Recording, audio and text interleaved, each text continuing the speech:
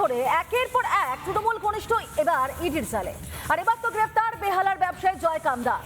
ইডির নজরে মমতার ঘনিষ্ঠ পুলিশ কর্তা শান্তনু সিনহা বিশ্বাস। আমাদের ঋণ শোধ করার দিন, সকলে একসাথে হন, এক ছাতার তলায় থাকুন।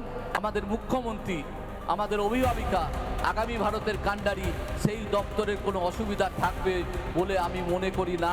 সুতরাং আগামী দিনে তার আশীর্বাদে সমস্ত কিছু পূর্ণ হবে।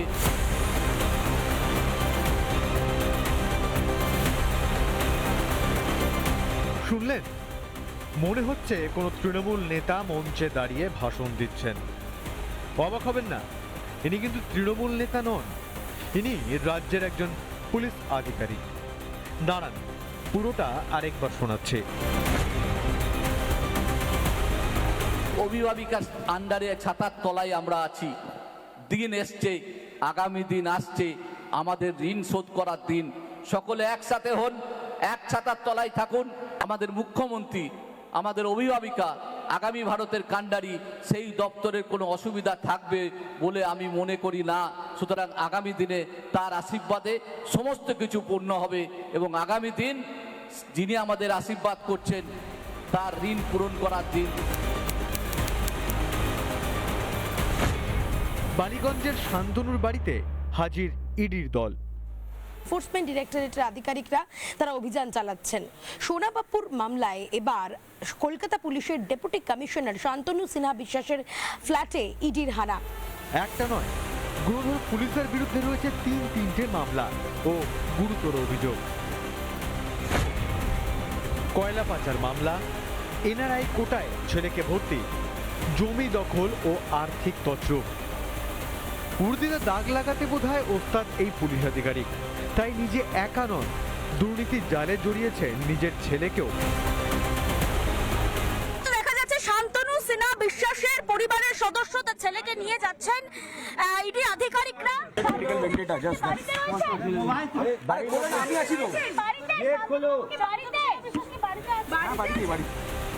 তাবেদার যখন মহাচাপে, তখন কি করে আসরে না নামলে হয় কে জানে, মাথা কোথায় লুকিয়ে। খবর পেতেই তাবেদারকে বাঁচাতে মন্তব্য করে বসলেন তৃণমূল নেত্রী মমতা বন্দ্যোপাধ্যায়। আমার যে সিকিউরিটি দেখে তার বাড়িও সকাল থেকে রেড করছেন, তার মানে আপনারা কি আমায় খুন করতে চান না হত্যা করতে চান? আমাকে খুন করলে যদি আপনারা বাংলা পান, চেষ্টা করে দেখুন না। এবার বালিগঞ্জ থেকে একটু বেহালার দিকে যাই। শান্তনুর সঙ্গেই বিরাট ঘনিষ্ঠতা ব্যবসায়ী জয় কামদারের।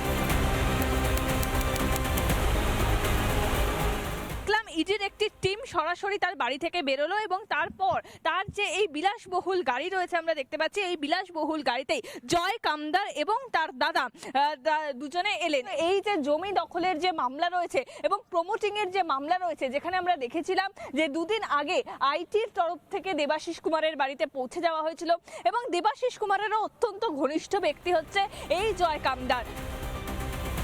জেনে নিন কে এই জয় কামদার।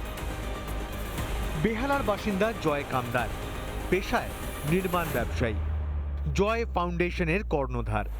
তৃণমূল নেতাদের সঙ্গে যোগাযোগ, দেবাশিস কুমারের অত্যন্ত ঘনিষ্ঠ।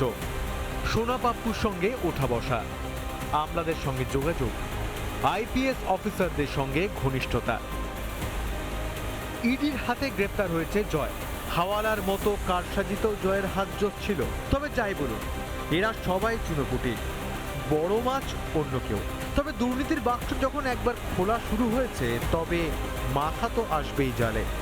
এলিনা ভট্টাচার্য, মেঘা রয় ও পিঙ্কি অধিকারীর রিপোর্ট, রিপাবলিক বাংলা। নানা ধরনের কন্টেন্ট দেখার জন্য লাইক করুন, শেয়ার করুন আমাদের ফেসবুক পেজ, সাবস্ক্রাইব করুন আমাদের ইউটিউব চ্যানেল। পাশাপাশি অন্যান্য ব্রেকিং নিউজের জন্য অবশ্যই চোখ রাখুন রিপাবলিক বাংলায়।